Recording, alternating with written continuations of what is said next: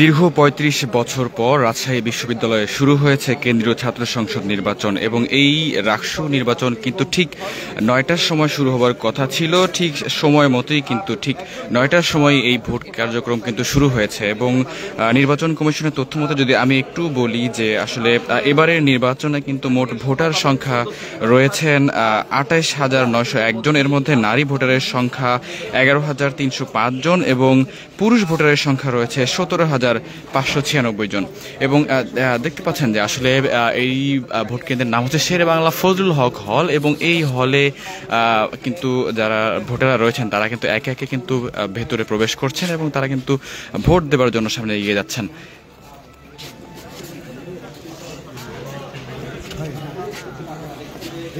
আমাদেরকে আপনি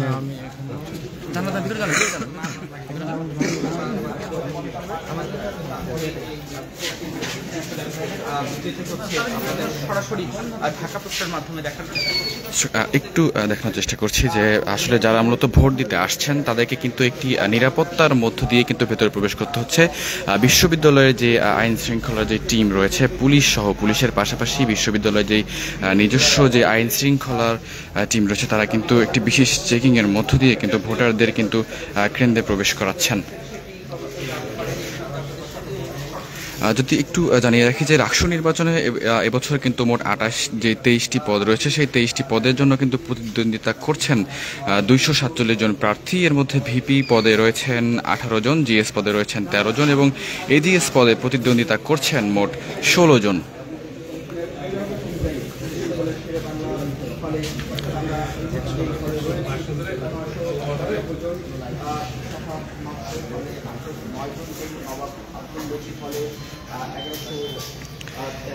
যদি একটু জানতে চাই যে মূলত আসলে নির্বাচন কমিশনের তথ্য মতে কিন্তু দীর্ঘ ৩৫ বছর পর এবছর কিন্তু রাকসু নির্বাচন অনুষ্ঠিত হচ্ছে এবং এবারের নির্বাচনকে কেন্দ্র করে কিন্তু বেশ আগে থেকেই কিন্তু যে ধরনের প্রস্তুতি নেওয়ার কথা ছিল সেই প্রস্তুতিগুলো কিন্তু নির্বাচন কমিশন নিয়েছিল।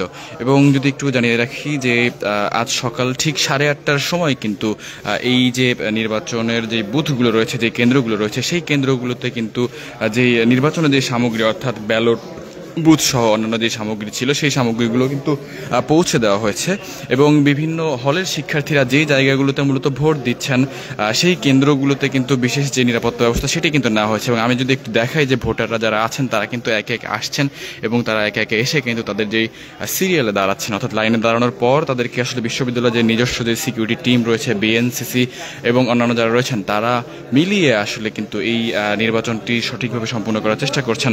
এবং যদি একটু জানাই যে এবারে রাকসু নির্বাচনে কিন্তু ২৩টি পদের জন্য প্রতিদ্বন্দ্বিতা করছেন ২৪৭ জন প্রার্থী। এর মধ্যে ভিপি পদে রয়েছেন ১৮ জন, জিএস পদে রয়েছেন ১৩ জন এবং এজিএস পদে প্রতিদ্বন্দ্বিতা করছেন ১৬ জন প্রার্থী। ৯টা বাজার শুরুতেই লাইনে দাঁড়িয়েছেন, কেমন লাগছে? আলহামদুলিল্লাহ, অনেক ভালো লাগছে।